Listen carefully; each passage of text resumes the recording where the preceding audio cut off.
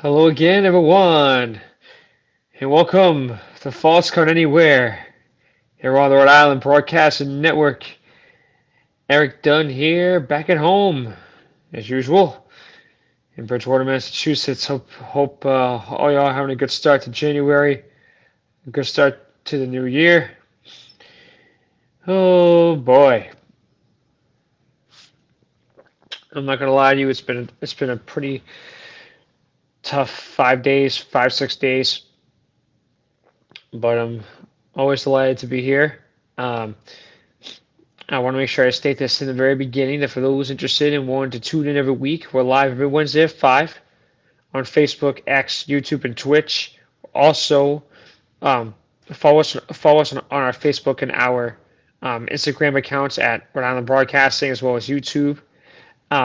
This show is also available on Red Circle, Amazon, Google, Spotify, TuneIn, and Podbean podcasts.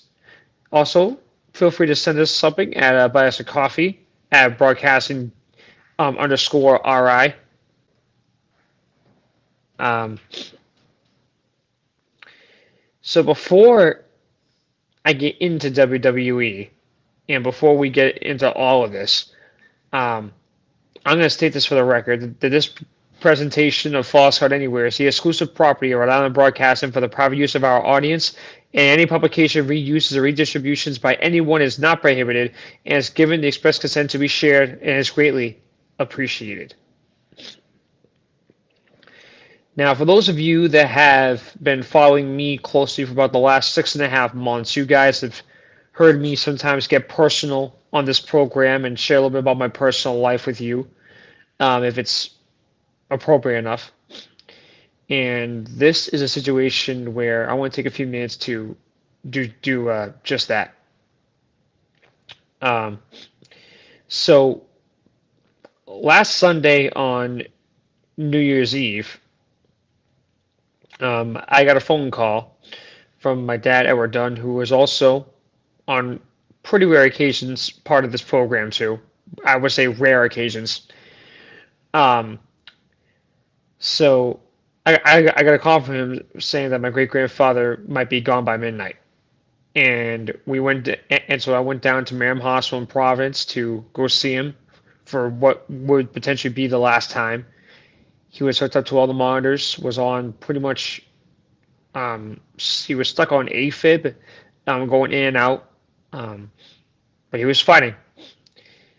The biggest thing we hoped for was that he would have enough strength to return home, not for another month, not for another year, but to probably be gone by that week. And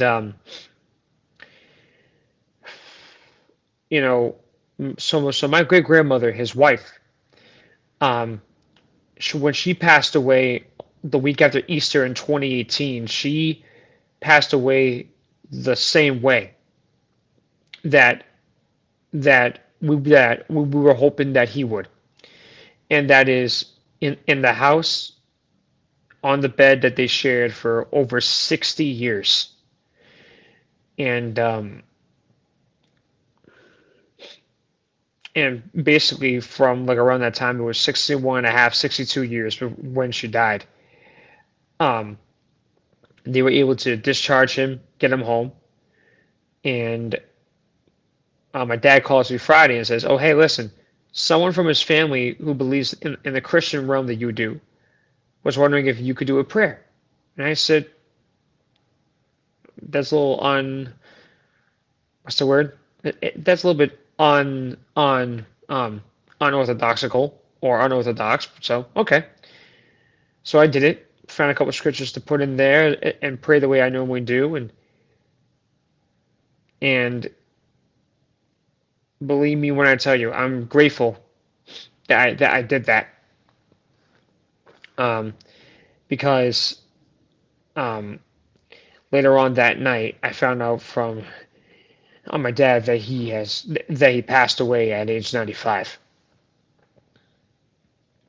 Um, and he died the same way on the bed he shared with my great grandmother for what would have been 67 years. Um, he was finally comforted. He was finally comfortable. Period. And he was definitely at peace. Um, Something that I remembered mostly about that was that my prayer that I gave him, for some reason, while he was in the deep sleep, actually woke him up. And when my dad was telling me that story the next day, the first thing I told him was that's just the power of God. And that's just the love of the Lord when it comes through someone's body, especially when they're about to be on hospice. That was God's way of saying, I'm taking you with me tonight, and you're gonna be reunited with the rest of your family. And I'm not gonna lie to you, but it really did hurt me. Um, because the biggest thing that I remembered with him is that um, so I told you guys about my dad's father, my grandfather, when he died 12 years ago, and we just passed the 12-year mark as of last Wednesday, the 3rd. My great grandfather, in my eyes, and he was actually my stepmom's grandmother. Sorry, my stepmom's grandfather. So my stepmom's grandmother and grandfather were both into my life when my dad and I married into the family, and he was my second grandfather. When, because after 12, when I lost my dad's father, he was truly my second grandfather. From not just how he treated us and how he loved both of us, meaning my dad and myself, but strictly just how he opened up his life to us, opened up his personal life to us, and gave us memories and moments that will last a lifetime in my eyes. And believe me, they are priceless. And I've treasured the opportunities that I've gotten to see him whenever I was able to, and believe me, it was the years of me exiting middle school, going into high school, that I really not only got closer with him, but he dug deeper into my life, and he wanted to like really understand me as a person, not just as like someone I'm behind the disability I have, but like really behind the kid that kept coming over to his house every other weekend and really trying to like understand what he wanted to do with his life, what he was currently doing. Like he didn't see me as somebody that had special needs. He saw me as someone that was like any other person that came into his life. He saw me as a loving kid that just wants to make an impact on the world with just being him. And um, when I gave my tribute to him on my Facebook and my Instagram accounts yesterday, when I gave him a tribute, I think the last sentence I put in my tribute was, "The world lost a true." Um, I'm Italian, and yeah, I think I said something like, "The world lost an Italian diamond in the rough." There we go. I mean, for anyone that had the chance to even know him, like you could not help but be like fascinated by his personality and his character. Like you could not help but be like mesmerized by how he goes to present himself, both personal and professional and business. He is someone in my eyes that busted his ass to have a comfortable living financially. Now, I'm not gonna say he was rich, but he was more comfortably than most people that I've seen in my life. And that just came from him building a business from the ground up, working hard at it, and putting people he could trust to help run his business when he had to step down. But like his version of like going to step down was basically like, you know, still running it from behind the scenes even at his age. And like he looked so good for his age too. Like he looked like he could last another year or 2 years, but you know, believe me, when it's your time, I think you would know that it was your time. And the sad thing about all this was that he knew that his time was upcoming soon.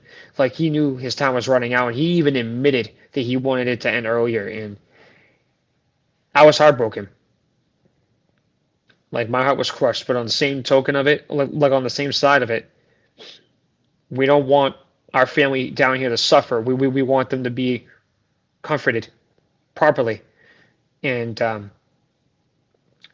That's always been the hardest thing that we all would want for our families. Um, so I've just been dealing with that over the last 3, 4 days. Still processing everything, just going through the motions slowly. Um, but prayers for my dad, for myself, and for his family would be greatly needed and appreciated from all of you, because they are about to just go through a couple of some really tough days ahead of them. They've got probably a really tough 4 days ahead of them because they've got the wake tomorrow night and they've got the funeral on Friday. And believe me when I tell you, from everything I've been hearing from my dad, I can tell that it's not getting any better over there. And just the love of the Lord and just the hands of healing and prayers of peace would be really needed from all of you. And you know, to all of you, the fans of Falls Gone Anywhere, I've told you guys this before. If there's one thing about me that's honest, it's something that is never going to go away. And the biggest thing that I've had to go ahead and look into it, and with all of this, is that I want to take a couple of some time on this show to honor him, to honor his life, because it's always been a part of me, and it's always been a part of my journey. So I just want to say thank you to you guys for allowing me to do that. And this is where I can open up myself to you guys, and I just want to say I appreciate it. Um, so with all that being said, um, last year around this time it was a tough year to start off with, and this year is not really the different story. Um, but what I can say though regarding WWE, when I kind of look at that in comparison to my life, is that time has to keep moving and the clocks never stop. We have to keep pushing, and you have to just keep on moving forward. And for WWE, they have continued to push forward. Um, I would say for right now, when I look like the major changes I've been seeing with this company, from what I can understand with it, is you know with SmackDown on back on Friday night and everything that they try to do. They have been not only trying to get ready for the Royal Rumble, but they have just been like slowly trying to create the plan for who, in their eyes, deserves to win the Rumble this year and go to the main event of WrestleMania. But the other big question I'm looking at right now is who's going to take Roman Reigns' title reign and just end it completely. Still hasn't happened yet. I haven't heard anything about him losing it yet, but I'm confident that it's going to happen sooner or later. It will. Yeah, it freaking better. Um, so before I go to the SmackDown results and to the Raw results, I'm actually going to save that for the second half of our show when we take the break. I'm going to give you guys not really like a rant, but I'm going to give you something about Reigns that I think needs to be said. For someone like him, where WWE has basically tried to make him like this unstoppable giant. Well, he's not really a giant, but like this unstoppable like big dog ahead of the table, tribal chief, whatever the hell you call him right now. God mode, Needle mover, whatever the hell you call it. This has been going on now for approximately 3.5 years almost.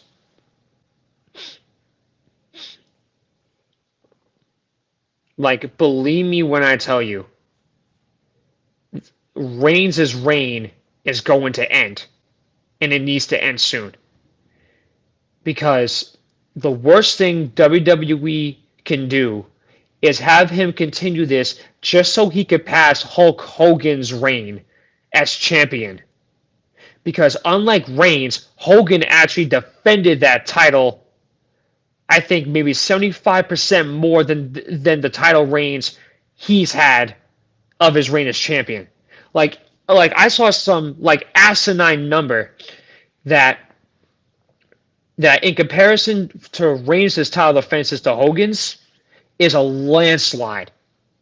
I think Hogan's was like roughly 456 or whatever the hell the number was. Hogan's was like 450 to Reigns' is like 40. Like, and that's over 3.5 years. That's not a champion that defends his title. That's someone that shows up when the money's right, shows up when the notoriety is right, and just wants to just suck the benefits out.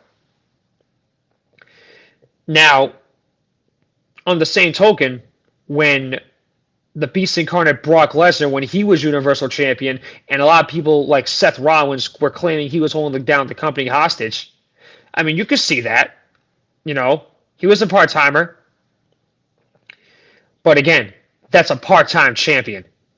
Reigns is supposed to be a full-time champion on a full-time schedule, and he's not even acting like that. Almost 3.5 years as champion, and in my eyes, he hasn't done jack crap. He hasn't done crap. I don't care about God movement. No, sorry. God mode, needle mover. No. Reigns is not a needle mover. He's a martyr. He's someone that likes to be a hypocrite when his back's against the wall and he looks for an easy way out. Believe me when I tell you this, Reigns, in my eyes, his title reign is numbered. Someone needs to take him out.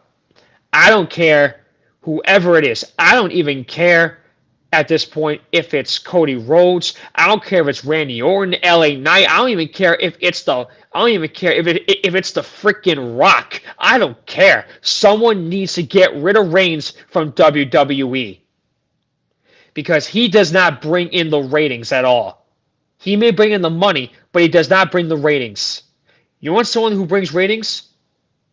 3 of the biggest names in the history of this business, John Cena, The Rock, and Brock Lesnar. Those 3, and you know what?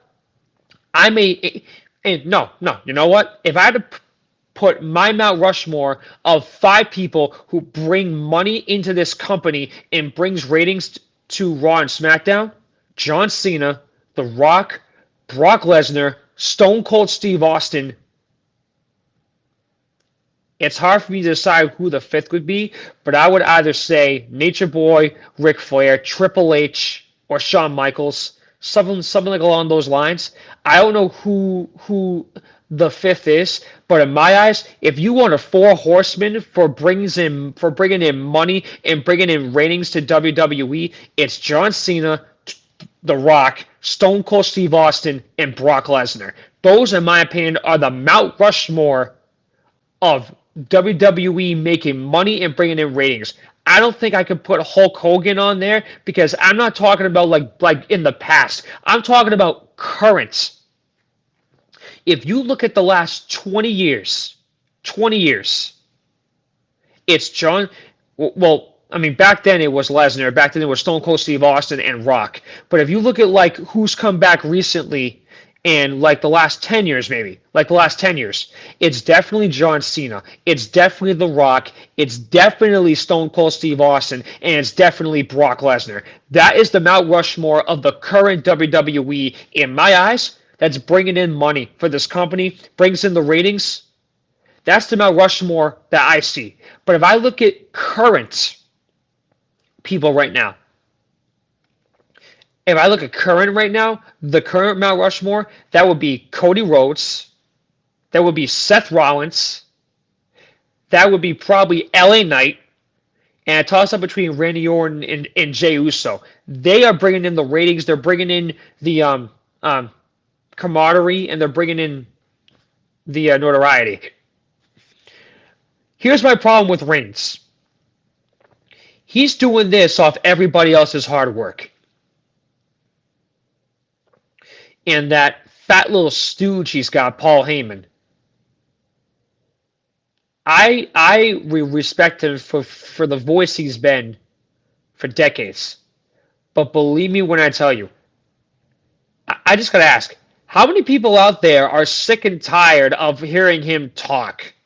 Like, he doesn't even know what the hell he's even talking about half the time. I mean, he looks just naked. He looks naked without Jey. And just as a side note, I was talking about women as separately. The men Mount Rushmore for bringing in money and ratings, that was different. But I'll actually get to the women's in a second because I got a few women ones that I want to bring up to you. But believe me when I tell you, Reigns, I would love it. And you know what? I don't even care if he doesn't lose it to The Rock. I just want The Rock to beat the crap out of that piece of trash. Because you know what? I mentioned to you this last week. The last sentence of Rock's promo was, should The Rock sit at the head of the table? I'm telling you right now, it looks to me that The Rock's in really good enough shape and physical condition with his health to return back to the ring. And believe me when I tell you, if they are making this happen, and Rock will be returning to the ring and potentially wrestling at WrestleMania, finally, for what might be the last time we may ever see him wrestle at WrestleMania again, they need to get rid of him in the Eric Rowan 6-second bullcrap. They need to give him a proper last match to his career. There's even another rumor going around that Cena and Rock could potentially team up one more time, even though back then, Survivor Series 2011, it was never before, never again. Maybe times have changed. Maybe things have been different. That's a good rumor. That, hey, you know what? If they play the cards right, I hope that is a rumor that will happen. Because you know what? I could see this. Cena and Rock versus Roman and Solo. Believe me, I know John Cena is not done yet. I know for a fact that John Cena is not done yet. And speaking of the Rumble, World Card Rumble all set. To be honest, right now, no, it's not. Um, and the reason why is because they always wait like 3 days out before they officially like get the whole thing ready. I guarantee you, by after, I guarantee you that the night after the Raw, on I believe the date is the 25th. I want to say it is. I think that sounds accurate. Yeah, I think that sounds accurate. Um, yeah,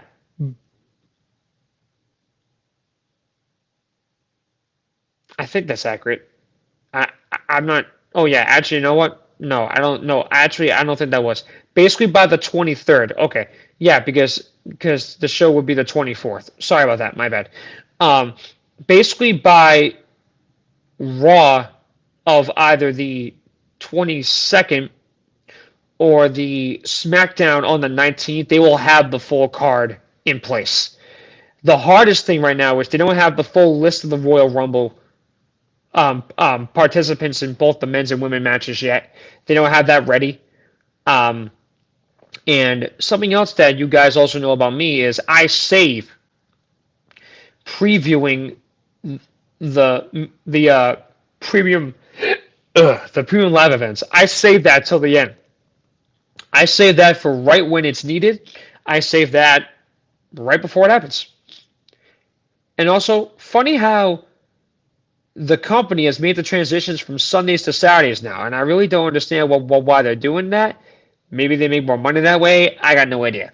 But all I know is 2 weeks from tonight, we'll be 72 hours away from the Rumble.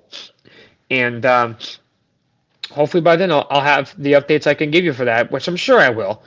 But that's enough about Reigns. I can't talk about him much longer without throwing up. But The Rock, on the other hand, like I'm telling you right now, that guy just deserves a better ending to his career. Um, Believe me when I tell you, I really want The Rock to um, not just come back to the ring, but if I know Triple H and the history he's had with him, he's going to make those writers give him a better ending to his career. And the fact that he was willing to come back on his own will, his own free will, come back to the company and finish his story too, like I mentioned, you guys, at the end of last year, 2024 could literally be the most hyped and delivered year in the history of this company. And I cannot wait for what this year has in store, especially for this year's road to WrestleMania. But right now, we are on the road to the Rumble. So with that being said, we need to take that break, and when we come back, SmackDown results, Raw results, and then I will wrap this up and get you all out of here after a word from our Rhode Island Broadcasting Station and from a word from our company right after this. You're watching Falls Count Anywhere here on the Rhode Island Broadcasting Network, and I will be right back.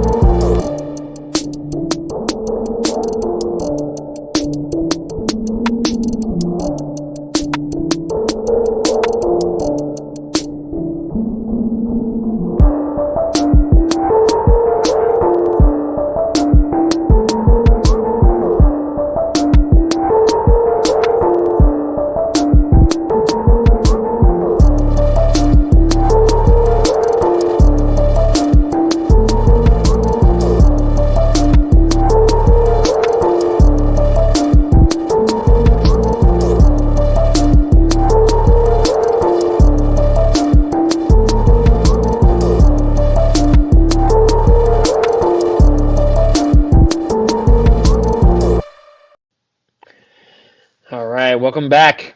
This is Falls Count Anywhere here on RIB. So, yeah. Thankfully, I'm done talking about Reigns by himself.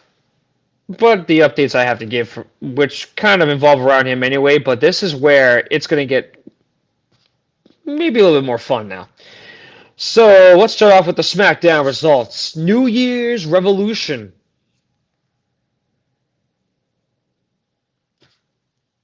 New Year's Revolution. Hey, have any of you ever heard of that name somewhere?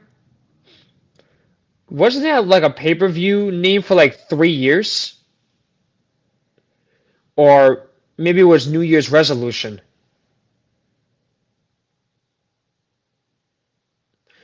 Because I actually remember that from like '05 to '07. Like '05, '06, '07. I think I remember that was a pay-per-view. During the Ruthless Aggression era of WWE.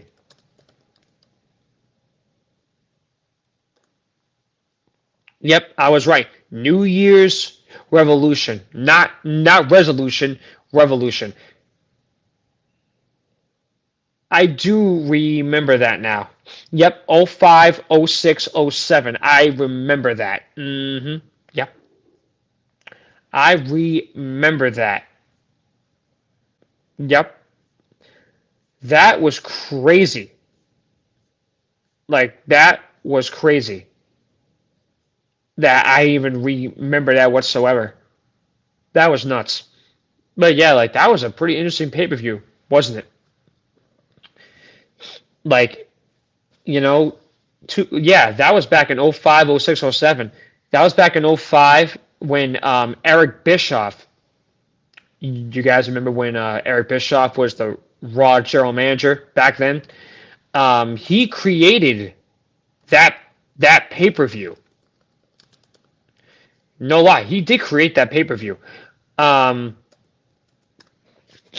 and what I remember about that the most back then was that HBK, the Heartbreak Kid, Shawn Michaels, was still battling with a knee injury, and he was out, and he was asked to be the special guest referee for the World Heavyweight Title Elimination Chamber match. I remember that, and the main events of that was the one in '06 in Albany, New York for the WWE title defended in the Elimination Chamber. And then the one after that was Cena versus the late Umaga for the WWE title. So funny how we're going back into the time machine a little bit here when it comes to like a similarity. Um, let me see here. So the big one was Kevin Owens. So at the weeks of hard fought battles, the U.S. title tournament came down to KO and Escobar, and KO hit Escobar with a cannonball and swanton bomb, and then pop-up power bomb and a stunner to face Logan Paul at the Rumble for the United States title. Uh, this was interesting. The returning authors of Pain and Karrion Kross took out Bobby Lashley and the Street Profits. Well, I think it's safe to say that Lashley and the Profits have now turned face again, and that the fans are going to get behind them. Um, and then there was a triple threat match that was the main event. Orton, Knight, and Styles to basically determine who would be the number one contender to challenge Reigns at the Rumble. And the tribal chief took matters into his own hands and beat down all three men in the middle of the match, hoping to ensure that no one would face him at the Rumble. Hey, guess what? You guys remember who's our general manager of SmackDown, Nick Aldis? Who was Magnus in TNA? Yeah. He's not afraid of anybody. And I think it's safe to say he's not friends of Reigns at all. And I love it. I actually think deep down he despises him, which is actually funny crap, man. Like, that's some pretty funny stuff. But this was the way that SmackDown ended when it went off the air. Aldis informed Heyman that Reigns would defend his title against Orton, Knight, and Styles at the Rumble in a fatal four-way.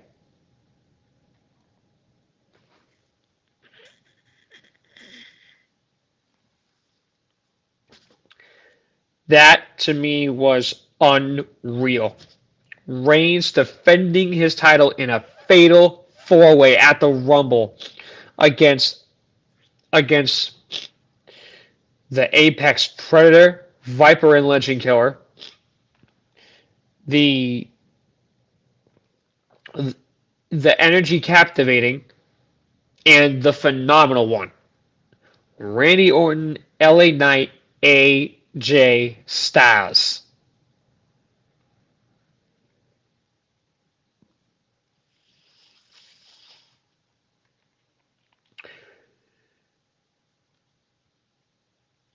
Now, when I tell you about this, because I'll give you my whole opinion on this in 2 weeks anyway,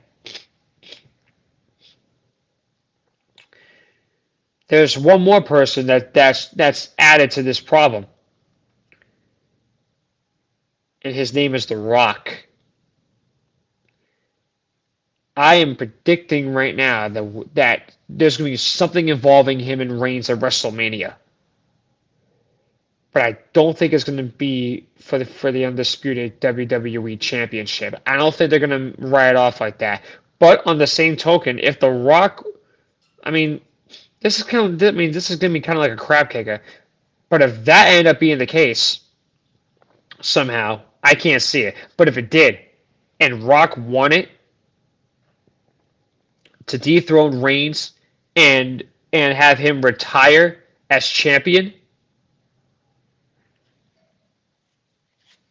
not only would he retire as champion, he would go back to Hollywood Reigns would go back to join him, and Reigns would finally be out of here. And then that championship would be vacant, and they all would fight for it. But on the other side of this, I would much rather see Rock and Reigns versus Cody and Reigns Part 2. Reason why is Cody should have won the title at last year's WrestleMania. He should have finished the story. Speaking of Cody, let's get to the finale of this, shall we? And that was the Raw results from Monday night. Shinsuke Nakamura's WrestleMania dashness was similar to Cody's. Both won the Royal Rumble. Both lost in the main event both lost in the main event of WrestleMania.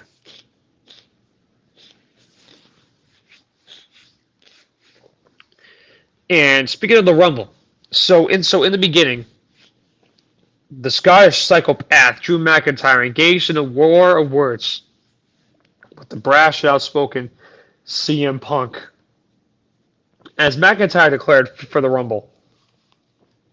But Punk made it clear that no one's going to stop him from winning the match at the Rumble. This just disgusted me. But this was cool. Tommaso Ciampa defeated Finn Balor. DIY could be one step closer to an undisputed tag team title opportunity. That could be a pretty interesting thing. So when I looked at that, I said, Ciampa and Gargano?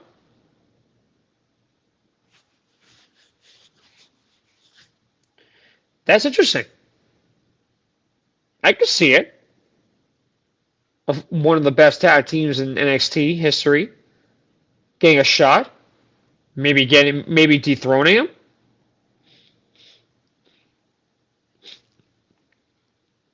Why is there a tag team called Do It Yourself? Now I know what that meant.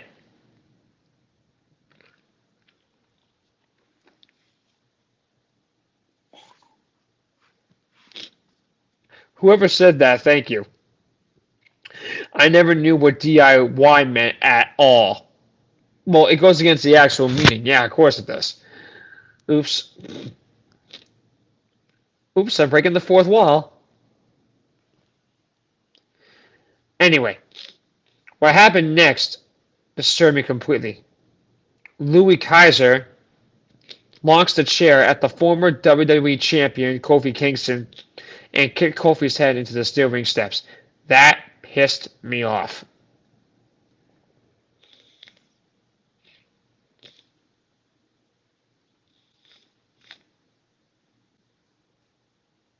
That to me is probably the company's way of running Kofi off for a while, which is stupid.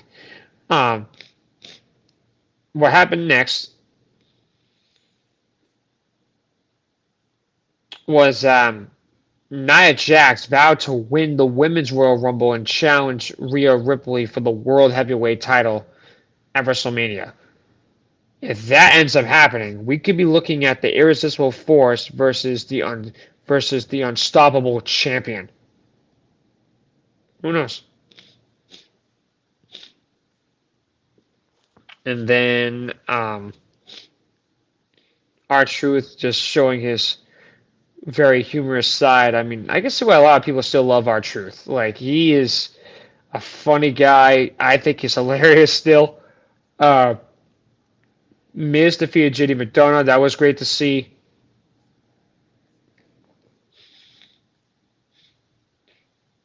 Seth Rollins is going to defend the World Heavyweight title against Jinder Mahal in next week's broadcast of Raw. And then Cody defeated Shinsuke in a street fight.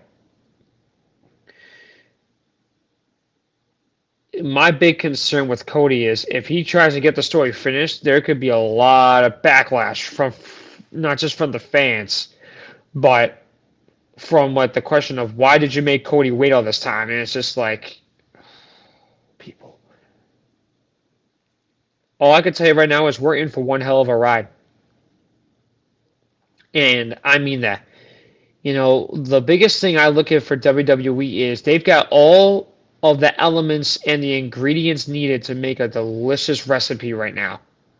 And unfortunately, they also have one that could be a recipe for an explosion. And that is probably going to happen at the Rumble. We're going to see an explosion at the Rumble. There's no question about it. The big question is, what are the ingredients that will be in the explosion have, and who will be part of it? I got my money down on some people. Um, but for next week's broadcast, though, same thing. SmackDown results and the Raw results as we get closer to me getting ready to break down the preview for the Royal Rumble for you and officially kick off the road to WrestleMania in Philly in April. It's just going to be a tremendous ride, guys. It really is. I'm looking forward to it. I'm excited. And next week, guys, we will continue to go from there. Before I go, I want to take a second to simply just say thank you. You guys have been allowing me to keep you on tabs of what's been going on with me personally the last several months. Um, it definitely means a lot for when we get close to that view count we're looking to get and we get all this love and support. And that to me is what makes this special for me, is that I get to come to work and I get to be here. And when I get to do my job and I get to do it well, there's nothing stopping me. And it means everything. And I want you to know that, guys. Like, I'm very appreciative of you and I'm thankful. And so, on behalf of the man behind the scenes helping me out, the creator of this company, Ron Rigo, this is Erik Dunn saying so long and thank you from my home in Bridgewater, Massachusetts. This has been a presentation of False God Anywhere here on the Rhode Island Broadcasting Network. Next week, guys, the last one before I give the preview of the whole card up for the Rumble. Put your seat backs and put up your tray tables because we are about to land for one amazing destination. I'll talk to you guys next week. Thank you all so much for watching and listening.